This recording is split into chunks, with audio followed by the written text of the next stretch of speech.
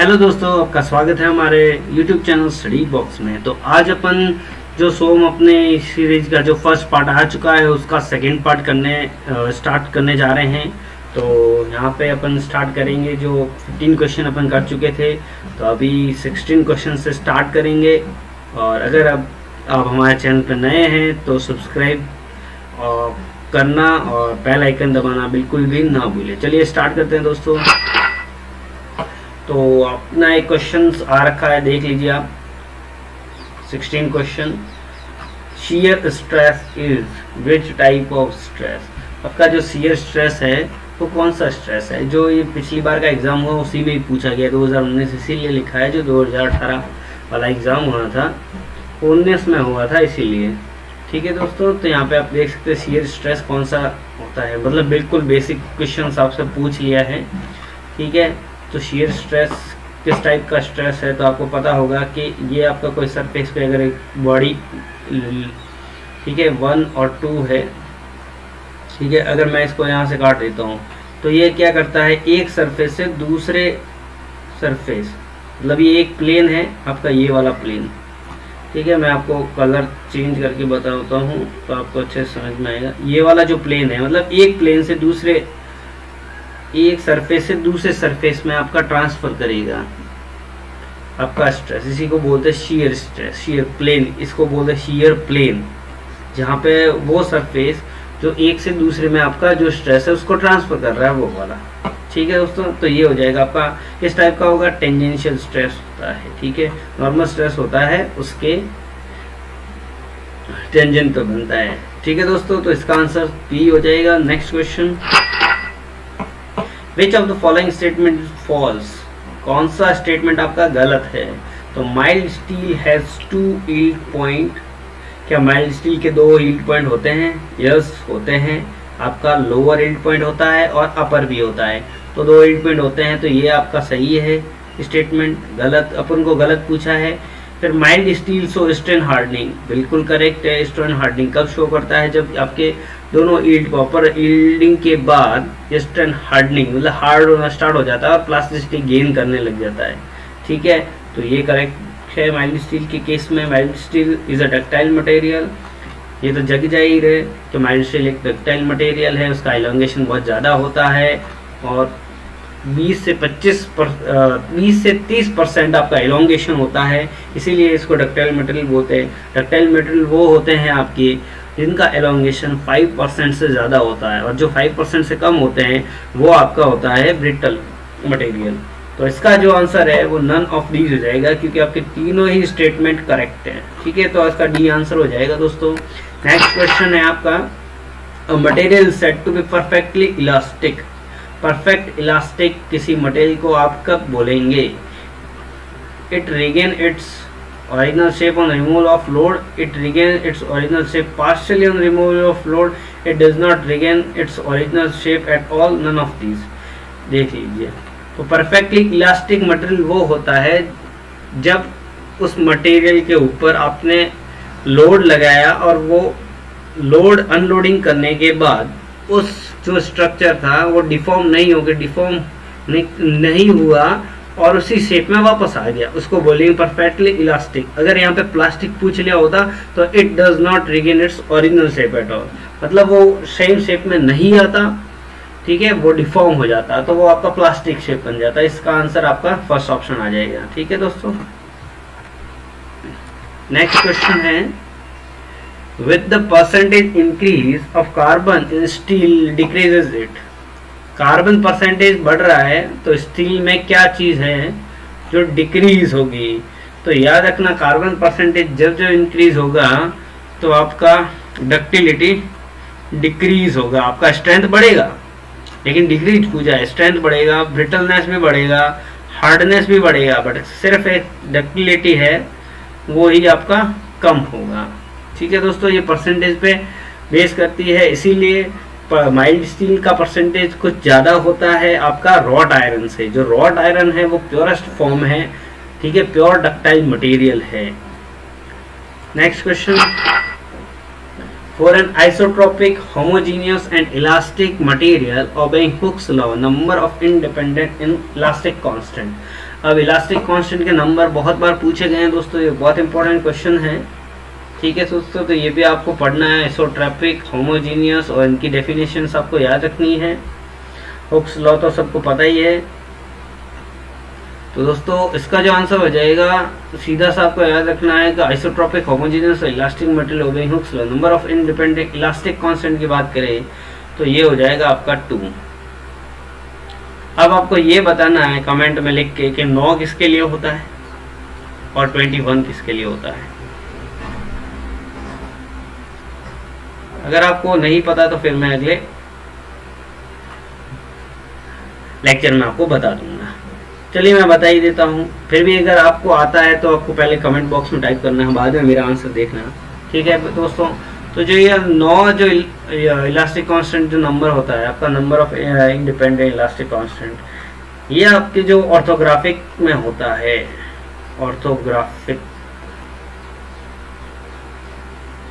और जब ये आपका एनिसोट्रोपिक मटेरियल है, एनिसोट्रोपिक, तो ये एनिसोट्रोपिक मटेरियल के लिए होता है 21। लिख देना आप मेरे। Next question, ductility of which of the following is the maximum. मैंने लास्ट अभी बता दिया कि जो रॉड आयरन होता है आपका, उसका परसेंटेज जो कार्बन, ये डक्टिलिटी मैंने कहा, डक्टिलिटी आपका किस पे डिपेंड करता है, कार्बन परसेंटेज पे। किस पे डिपेंड करता है, कार्बन परसेंटेज कार्बन पे डिपेंड करता है। तो इसमें सबसे ज़्यादा कम होता है वो 0.03% से भी कम होता है रॉड आयरन में। ठीक है, तो आपका रॉड आयरन करेक्ट आंसर हो जाएगा। सबसे जो वर्स्ट होता है वो आपका पिग आयरन होता है। ठीक है, पिग आयरन आपका सबसे वर्स्ट होता है, इसकी डक्टिलिटी है ना बहुत कम होती है। तो अगर आपसे इसका क्रम पूछ ले तो याद रखना, रॉड आयरन, उसके बाद माइल्ड स्टील हो जाएगा आपका, कास्ट आयरन हो जाएगा, बाद में पिग आयरन आ जाएगा। ठीक है, तो यहाँ पे आप लिख सकते हो, मैं यहाँ पे आपको लिख रहा हूँ, देखिए पहले W रॉड आयरन सबसे ज़्यादा, उसके बाद माइल्ड स्टील M लिख रहा हूँ, उसके बाद कास्ट आयरन C लिख रहा हूँ, और उसके बाद सबसे ज़्यादा सबसे कम पिग आयरन। अगर कार्बन परसेंटेज पूछ लिया आपसे तो इसका जस्ट रिवर्स हो जाएगा कि सबसे ज़्यादा कार्बन आपका पिग आयरन में होता है, और उसके बाद सबसे कम जो है वो रॉड आयरन में होता है। जो आपका पिग आयरन है उसमें तकरीबन 4 to 8% के जो रेंज है उसमें होता है कार्बन परसेंटेज। ठीक है दोस्तों, so next question, the modulus of elasticity of steel. Modulus of elasticity कितनी होती है, सीधा सा है, सबको याद रखना है। ठीक है, मैंने ये क्वेश्चन वो फॉर्म में क्या है कि अगर रट्टा मारा है फिर भी भूल जाओगे आप, तो यहाँ पे आपको याद रखना है कि कितना है। ठीक है, वो ऐसे भी आपको घुमा सकता है, या MPA की जगह GPA देके भी आपको घुमा सकता है। तो आपको किसी भी फॉर्म में पूछ ले, आपको याद होना चाहिए मॉडुलस ऑफ इलास्टिसिटी। सिर्फ एक चीज़ का रट्टा मारोगे भूल जाओगे, उसका जो डायमेंशन है आपको याद रखना है। कुल मिला के जो आपका ये मात्रक क्या दे रखा है वो आपको याद रखना है। ठीक है दोस्तों, तो ये होता है 2 × 10⁻⁴, ये होता है आपका 2 × 10⁻⁵ मेगा पास्कल या न्यूटन पर mm²। इसको न्यूटन पर mm² भी आप लिख सकते हैं, सेम ही है, मेगा पास्कल के इक्वल होता है न्यूटन पर mm²। ठीक है, तो ये आपका देख लीजिए 10⁻⁵ का ये 4 है, ये तो हो ही नहीं सकता, 200 है नहीं, तो का C आंसर हो जाएगा। नेक्स्ट क्वेश्चन है आपका, the ability of material to absorb strain energy till the elastic limit is known as. बहुत बार ऐसे क्वेश्चन आ जाता है कि इसमें क्या करें। अगर आपको पता भी नहीं है ना, अगर 2-3 चीज भी आपको पता है तो भी आप ऐसे क्वेश्चन सॉल्व कर सकते हो। वो कैसे कर सकते हो देख लीजिए। अब मेरे को नहीं पता रेसिलेंस क्या होता है, मैंने देखा कि डक्टिलिटी मुझे पता है, डक्टिलिटी कॉमन वर्ड है। तो डक्टिलिटी ये होता है कि मेरा कार्बन परसेंटेज, जो मेरा इलोंगेशन है वो कितना हो रहा है। मतलब यहाँ पे इलोंगेशन से रिलेटेड कोई बात भी नहीं हुई। ठीक है, डक्टिलिटी मतलब इलोंगेशन, अगर आपका स्टील में कितना इलोंगेशन हुआ, ठीक है, तो कुछ हुआ ही नहीं, यहाँ पे कोई मतलब ही नहीं है, तो ये ऑप्शन आपका गलत हो गया। अब इलास्टिसिटी लोड से रिलेटेड है, यहाँ पे लोड का कुछ है ही नहीं कि कितना लोड आएगा, कितना डिफॉर्म होगा, कुछ भी नहीं है। इलास्टिसिटी वेलास्टिसिटी, मेलिएबिलिटी भी लोड से रिलेटेड है आपका। उसमें आप प्लेटें बनाने के लिए कितना तन्य मतलब मेलिएबल वो होता है कि इसको अपन कूट के बिल्कुल प्लेट के जैसा ढाल सकते हैं, उसको मेलिएबल बोलते हैं, ठीक है। और तो इसका ये सिंपल सा आंसर हो जाएगा रेसिलेंस, ठीक है दोस्तों, रेसिलेंस हो जाएगा। The ability of material to absorb energy, strain energy till the elastic limit. ये आपका लोड है और ये आपका डिफॉर्मेशन है। क्या है? डिफॉर्मेशन डेल्टा, ठीक है। अब स्ट्रेन एनर्जी, इलास्टिक लिमिट मैंने ये इलास्टिक लिमिट आ गई मेरी, ठीक है। तो यहाँ से यहाँ तक ये वाला जो पोर्शन है मेरा, ये वाला जो पोर्शन है तो ये मेरी स्ट्रेन एनर्जी हो जाएगी। तो स्ट्रेन एनर्जी का फॉर्मूला क्या हो जाएगा? 1/2, क्योंकि एक ट्रायंगल है तो 1/2 कितना हो जाएगा? W इंटू डेल इलॉन्ग। ये आपका स्ट्रेन एनर्जी का फॉर्मूला हो जाएगा। और ये रेसिलेंसी होता है कि इस जो आपका ये कवर्ड एरिया है इसके अंदर कितना आपका एनर्जी रिलीज हो रहा है, ठीक है, कितना एब्जॉर्ब कर रहा है इस पूरे ये प्रोसेस में, इसी को बोलते हैं आपका रेसिलेंस, ठीक है। और एक चीज़ और याद रखनी है आपको कि ये जो आपका फॉर्मूला है ये किस स्ट्रेन एनर्जी का, जब आपका ग्रेजुअली लोड हो। कैसा लोड हो? ग्रेजुअली मतलब धीरे धीरे, मतलब आप लगा ही रहे हो। ग्रेजुअली मतलब पहले आपने 10 का लगाया, फिर 12 का लगाया, फिर 20 का लगाया, ऐसे ग्रेजुअली, ठीक है। अब अगर आपने एक होता है सडन लोड, अचानक से आपको कोई मतलब ही नहीं था और अचानक से लोड लग गया, उस केस में आपका W इंटू डेल्टा हो जाएगा। मतलब यहाँ से पूरा एनर्जी आपका वो एब्जॉर्ब कर लेगा, ठीक है। तो उस केस में आपका हो जाएगा W इंटू डेल्टा, ठीक है। तो ये दोनों चीज़ आपको याद रखनी है। Next question, the modulus of elasticity of steel is more than concrete. It indicate that the steel is, ये सबको पता है कि जो मॉडुलस ऑफ इलास्टिसिटी है वो स्टील की होती है 2 × 10⁵ न्यूटन पर mm²।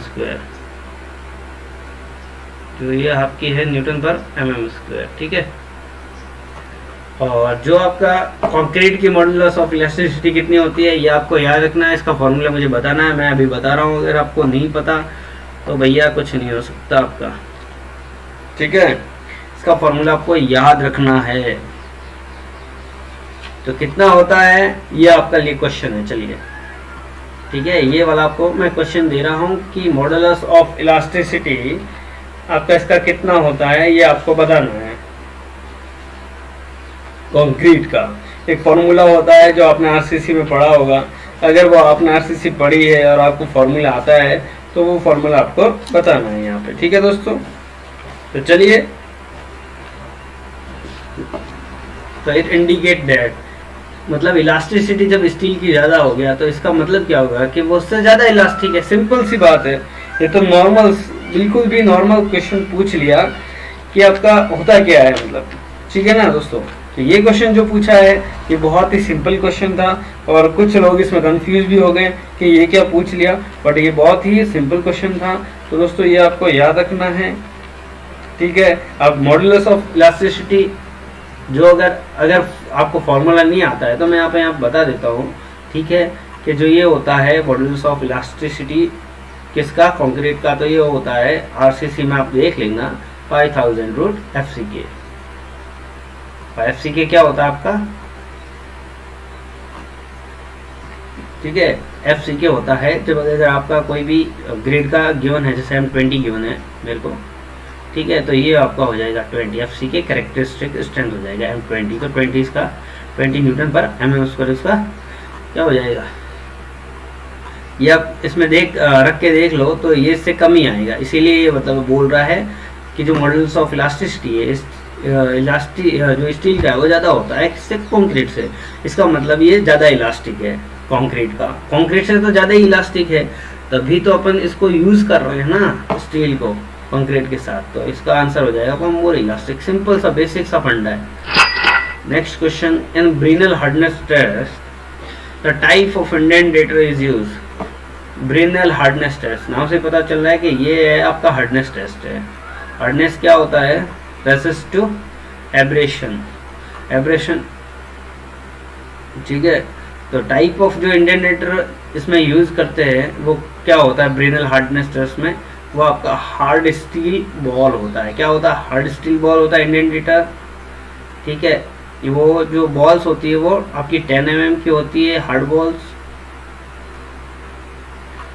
ठीक है। हार्डनेस टेस्ट के लिए आपका ये करते हैं, रॉकवेल टेस्ट भी एक करते हैं आपका, एक रॉकवेल टेस्ट होता है। इसमें आपका जो यूज करते हैं इसमें इंडेंटेटर वो होता है आपका डायमंड होता है। क्या होता है? डायमंड।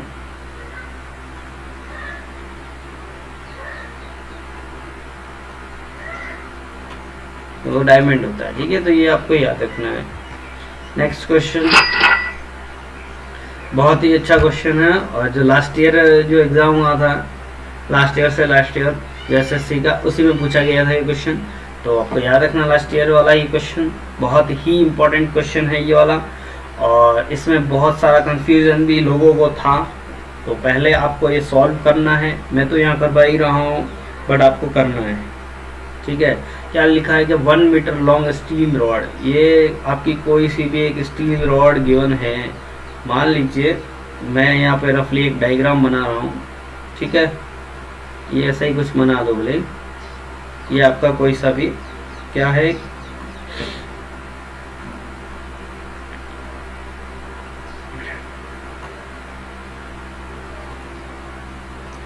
ये आपका एक डायग्राम गिवन है। चलिए 1 मीटर लॉन्ग, ये आपके जो इसकी डायमेंशन है वो 1 मीटर है, ठीक है। और इसका एरिया भी आपको गिवन है, एरिया गिवन है आपको 2020। एरिया मतलब कितना हो गया? 200 × 200, 20 × 20, 400 mm², ठीक है। ये आपका मीटर में गिवन है, इसको भी मैं mm में लिख देता हूँ क्योंकि आपके सारे आंसर mm में गिवन है, इसीलिए। तो 1000 mm। अब गिवन क्या है? मॉडुलस ऑफ इलास्टिसिटी देख लीजिए, यहाँ पे आपको जीपीए में दे रखी है, ठीक है। तो जीपीए में ये क्या हो जाएगी? 2 × 10⁴ गीगा पास्कल जब आपको गिवन है तो, ठीक है।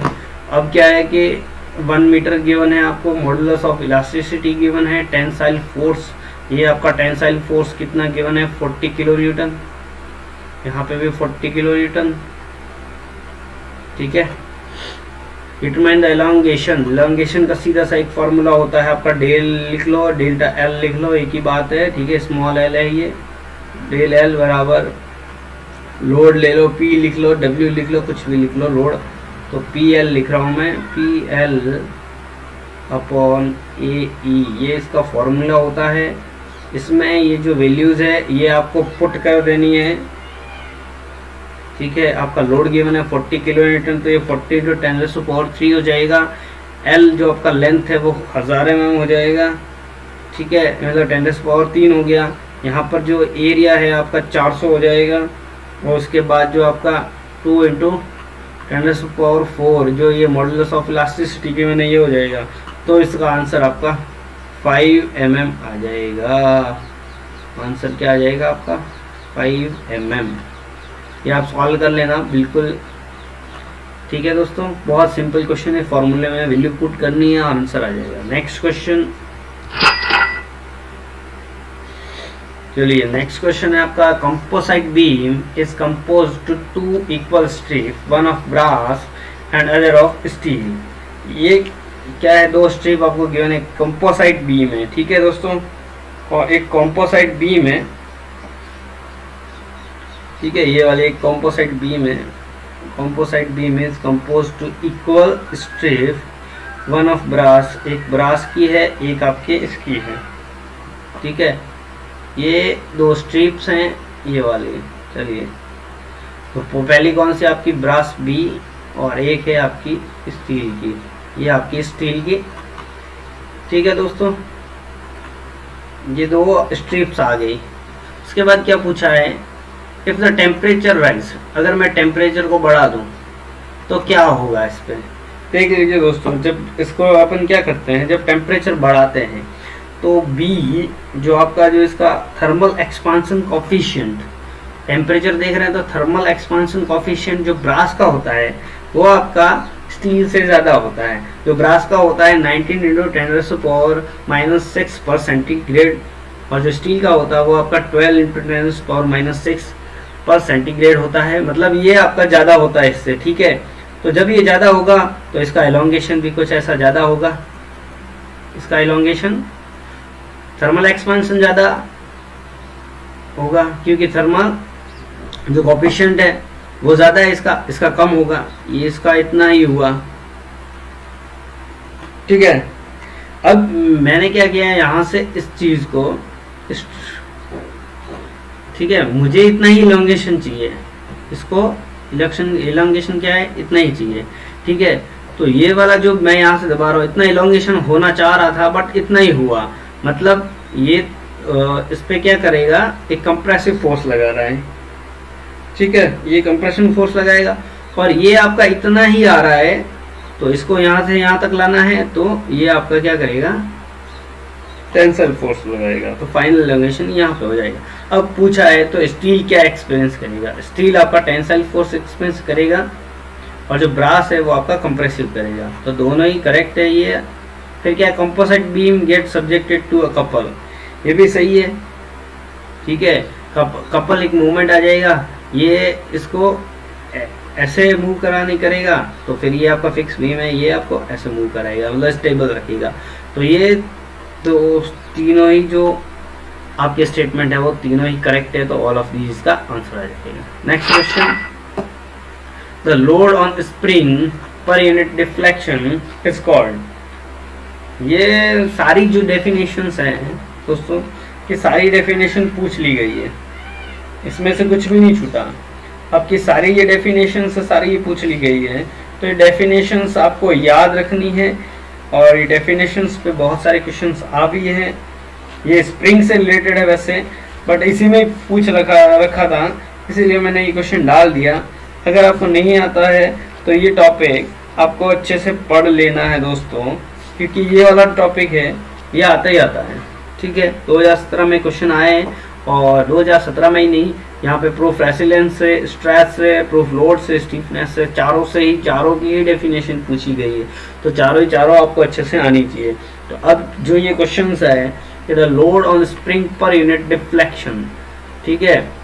Load on spring per unit deflection मतलब लोड आपका L बाई डेल, यही होगा। डेल मतलब डिफ्लेक्शन, ठीक है। मतलब लोड, ये आपका लोड है, P कर दो, P बाई डेल्टा, तो K बराबर P बाई डेल्टा। K क्या है आपका, स्टीफनेस हो जाएगा, ठीक है। स्टीफनेस या इसको बोल दो स्प्रिंग कांस्टेंट, एक ही बात है आपका, क्या बोल दो, स्प्रिंग कांस्टेंट।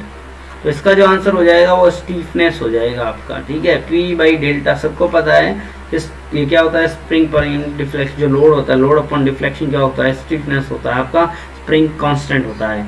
अब आपका जो, चलिए प्रूफ लोड बता देता हूँ। प्रूफ लोड क्या होता है, तो जो स्प्रिंग के अंदर जो ग्रेटेस्ट लोड होता है, मतलब एक स्प्रिंग है वो बिना टूटे कितना लोड ले सकती है, उसे बोलते हैं आपका प्रूफ लोड।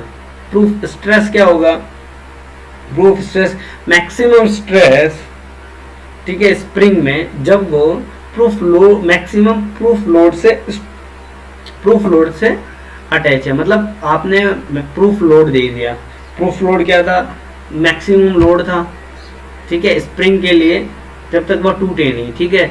अब उसी लोड पे आपने उससे ज़्यादा स्ट्रेस दे दिया, ठीक है, उससे स्ट्रेस दे दिया तो क्या होगा, प्रूफ लोड अपन पता है कि स्ट्रेस क्या होता है, लोड अपन एरिया। तो मतलब एक एरिया के अंदर कितना मैक्सिमम लोड गए हैं, ठीक है, उसे बोलेंगे प्रूफ स्ट्रेस किसी स्प्रिंग के लिए, ठीक। प्रूफ रेसिलेंस, अब रेसिलेंस आपको एक चीज हमेशा दिमाग में आनी चाहिए कि स्ट्रेन एनर्जी की बात कर रहा है, ठीक है। तो क्या होगा, स्प्रिंग की मैक्सिमम जो स्ट्रेन एनर्जी है वो कितनी है, उसमें स्ट्रेन एनर्जी पूछ रहा है अगर, तो आपका प्रूफ रेसिलेंस हो जाएगा, बहुत ही सिंपल। तो चारों डेफिनेशन आपको याद रखनी है। Next question, two bars of different material are of the same size and are subjected to same tensile force। दो बार हैं आपके, अलग अलग मटेरियल के गिवन है, साइज सेम है और सेम टेंसाइल फोर्स उस पर एप्लीकेबल है। If the bar have unit elongation, the ratio of elongation सिर्फ यूनिट हुआ है, ratio of 4/7, then the ratio of modulus of elasticity of the material. ये क्वेश्चन पूछा गया था, बड़ा सिंपल क्वेश्चन था, बट लोग क्या है इतना बड़ा पढ़ते ही घबरा जाते हैं और सिंपल क्वेश्चन भी गलत करके आते हैं। आपको क्या गिवन है, delta 1 upon elongation delta 2, elongation का मुझे रेशियो गिवन है 4/7। आपसे पूछा क्या है, मॉडुलस ऑफ इलास्टिसिटी क्या होगा, उनका रेशियो पूछा है। तो अपन को पता है डेल इक्वल टू क्या होता है, इलोंगेशन WL अपॉन ए या PL अपॉन ए, यार P मान रहे हो आप, पीस लिखते हो ए, ठीक है। मतलब इसका क्या हो गया, जो मॉडुलस ऑफ इलास्टिसिटी, जो इलास्टिसिटी है उसका क्या हो गया 1 अपॉन, ठीक है, एंटी प्रोपोर्शनल नहीं है, ठीक है।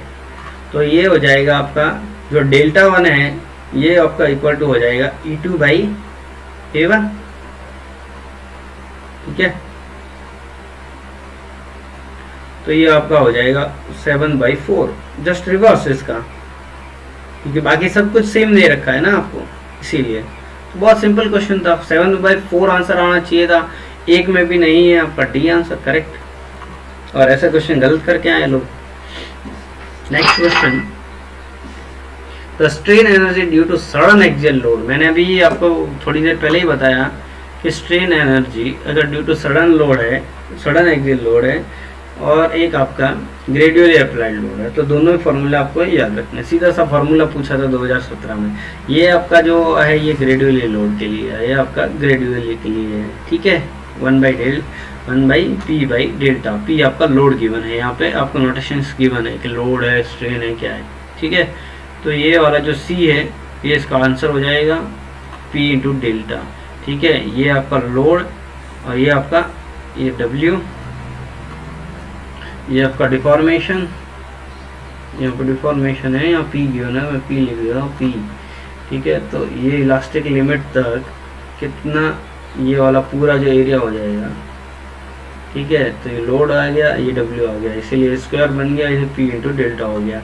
वहाँ पे आपका एक रेक्टेंगल बनता था, सॉरी ट्रायंगल बनता था, इसीलिए P हाफ P/डेल्टा आ जाता था। तो C आंसर इसका करेक्ट हो जाएगा सडन लोड में, ठीक है दोस्तों। तो आज का लास्ट क्वेश्चन ये है कि a bar L metre long and having its area of cross section A subjected to gradually applied load. ये आपको हमेशा ध्यान रखना है, ग्रेजुअली अप्लाइड लोड और जो आपका है सडन लोड, दोनों आपको अच्छे से याद रखना है दोस्तों, क्योंकि यहाँ पे बहुत बार ये क्वेश्चन पूछा गया है और अपन देखते नहीं है, रट के जाते हैं और वही का वो लगा के आ जाते हैं और वही गलती करते हैं। तो दोस्तों इसका आंसर आपको बताना है। तो हमें पता है कि स्ट्रेन एनर्जी पूछा है, तो स्ट्रेन एनर्जी आपको होता है 1/2 W into gradual applied load में आपका डेल्टा, ठीक है, elongation 1/2 into W into delta, gradually applied load की बात कर रहा हूँ। जो आपका डेल होता है वो होता है WL/A। तो ये आपका जो हो जाएगा 1/2 W इंटू WL/AE। तो ये ऑप्शन कहाँ पे है, मतलब आपका W² हो गया, तो WL²L/2AE आंसर। तो ये आंसर आपका है डी में, तो ये आपका डी आंसर हो जाएगा। सिंपल सा क्वेश्चन था। तो दोस्तों आज के लिए इतना ही। नेक्स्ट पोर्शन में लगभग जो नेक्स्ट पार्ट आएगा अपना, उसमें अपन ये पूरा ही कर देंगे, क्योंकि ये चैप्टर बहुत बड़ा है और इससे हमेशा एसएससी में 2 से 3 क्वेश्चन मिलेंगे, यानी 3 से 4 नंबर का ये सिंगल टॉपिक है। तो ये आपको बहुत अच्छे से करना है और एक भी क्वेश्चन ऐसा ना छूटे। तो मैं यही अपने तरफ से पूरी कोशिश कर रहा हूँ कि आपको एक भी क्वेश्चन ना छूटे, ठीक है। मैं सारे इंपॉर्टेंट क्वेश्चन एसएससी जेई के जो पुराने हैं वो ले रहा हूँ, तो दोस्तों अगर आपको ये वीडियो अच्छा लगा तो इसको लाइक शेयर और सब्सक्राइब करना बिल्कुल भी ना भूलें। थैंक यू दोस्तों।